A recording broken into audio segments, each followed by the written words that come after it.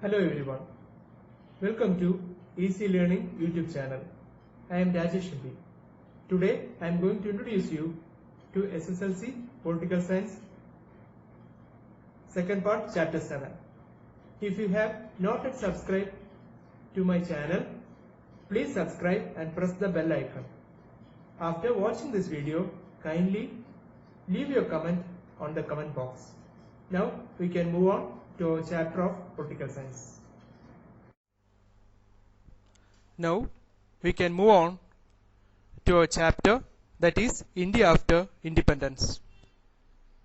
The first portion of this chapter deals with the integration of princely states.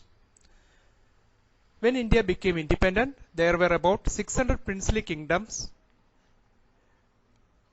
Sardar Vallabhbhai Patel was the first Union Defence Minister of India.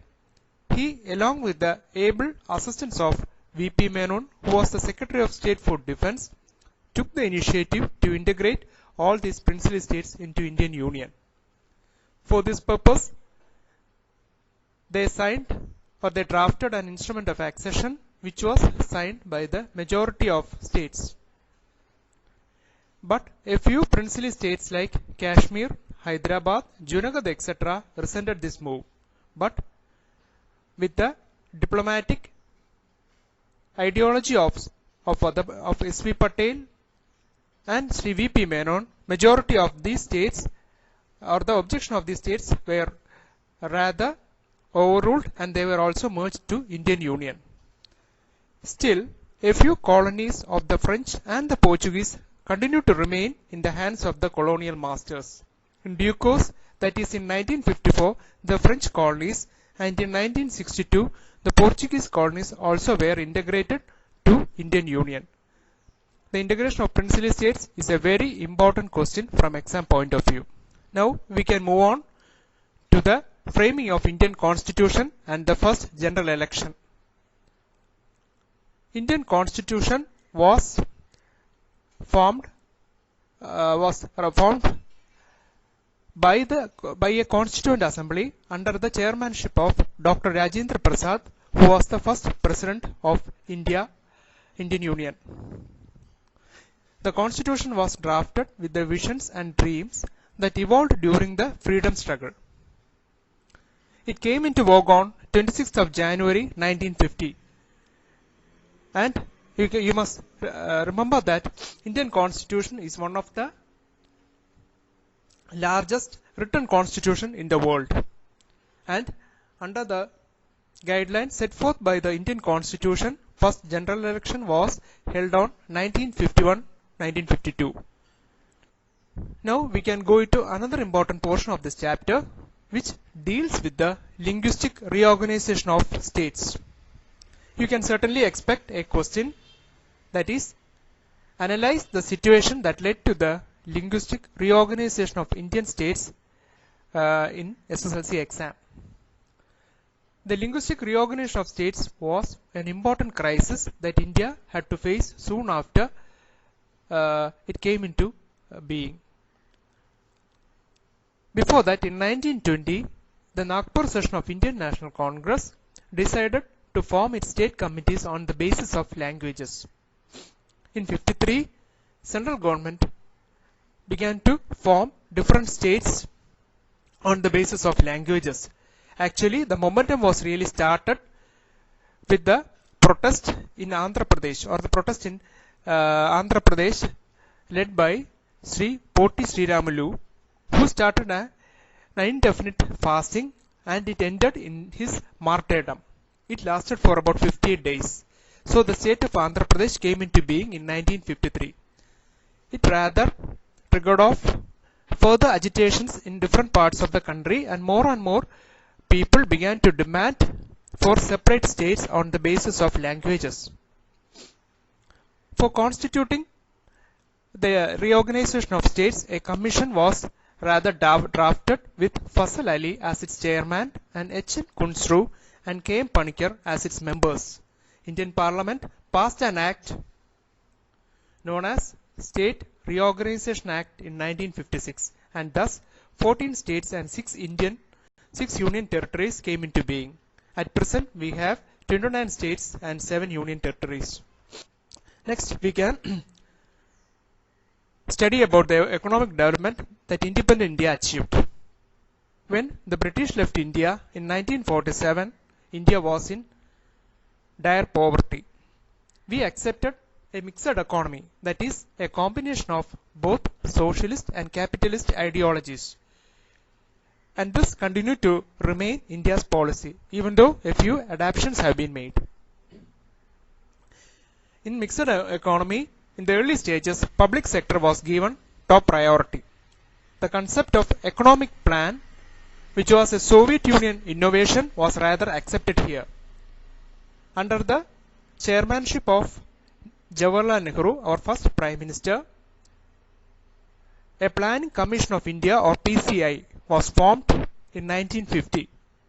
It gave impetus to the economic planning and they adopted 5-year plans in 1951. It aimed to reduce poverty, develop agriculture and industrial sectors, to improve education among the masses, and to generate new energy sources. India got able assistance from foreign countries for its economic development, and several iron and steel industries were rather launched. Many dam projects like Pakra Nangal and others also played its role in the development of India. But in 1996, our economic policy took a drastic change and private sector began to be given more importance. Now we can study about the achievements that India made in the field of science and technology. From exam point of view, we can expect a question, that is, how did the achievements in the field of science help in the development of India? As we all know, independent India made remarkable achievements in the field of science and technology. Pandit Jawaharlal Nehru initiated the establishment of several research institutions in this regard. The most important among them were CSIR, that is the Council of Scientific and Industrial Research, which aimed to conduct research in scientific and industrial fields. Then comes ICMR, Indian Council of Agriculture Research. They rather conducted researches in the field of agriculture. Then, as we always hear now, ICMR, that is the Indian Council of Medical Research, which aims at conducting research in the field of medical science. Jawaharlal Nehru was really given able support by two important personalities like Homi Jahangir Baba and Bhatnagar in establishing these research institutions. In due course, that is in 1955 and 56, 5 IITs were established in different parts of country. Now we can move on to the field of space research in our country. It's a very important portion, and most probably a question may come in SLC exam. That is, how did the achievements in the field of space research help the development of country? As we all know, ISRO, which is situated at Tumba, was established in 1969 during the Prime Ministership of Nehruji.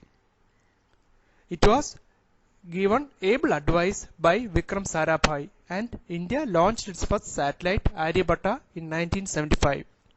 It was because of the farsightedness of Chachaji that India became the first developing nation to make and launch satellites. Several agencies that developed satellites in India are as follows. NRSA, that is the National Remote Sensing Agency, and Physical Research Lab, that is PRL. India developed two indigenously developed missiles, that is Agni and Prithvi, and they were launched also. With new space missions such as Chandrayaan and Mangalayan, India has entered a new era in space exploration. Chandrayaan was launched in 2008 and it was India's first lunar mission. Mangalayan is India's space mission to the planet Mars, and it is purely an Indian make space shuttle, and that covered the longest distance in space. And you have to remember two important names in this connection. One is Sri APJ Abdul Kalam, and Vikram Sarabhai. Their photos are also included in this slide. Now we can move on to the national policy on education, and that was launched in 1986. Soon after India became independent, the Union government appointed various commissions to study Indian education and they submitted recommendations for the development of educational policies. The most important among them were Radhakrishnan Commission of 1948, Lakshmanaswamy Mudaliar Commission of 1952 and Kothari Commission of 1964. They focused on primary and continuing education. They launched Operation Blackboard program to universalize primary education and to improve infrastructure facilities in the schools. The establishment of Navodaya Vidyalayas in every district is the result of the study or the report of these commissions. They encouraged girls' education very much. Now we have to remember an important date, that is November 11th. That is observed as National Education Day, and that is the birthday of Maulana Abdul Kalam, who was India's first educational minister. In 2009, Government of India enacted a law by which education became a fundamental right.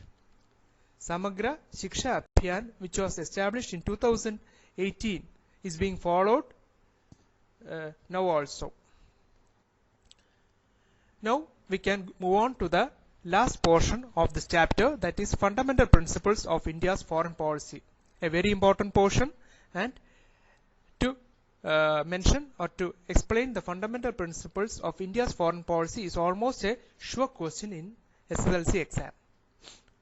The main principles of India's foreign policy are resistance to colonialism and imperialism, hostility to racism, trust in United Nations Organization, that is UNO, peaceful coexistence, Panchashil principles, emphasize on the necessity of foreign assistance, and India's foreign policy which came to be known as non-alignment policy. That means not to join any of the capitalistic or socialistic bloc. Then we can explain in detail or study in detail the Panchashil principles. A separate question can be asked about these principles in exam. The Panchashil principles are the agreement signed between India and China in 1954.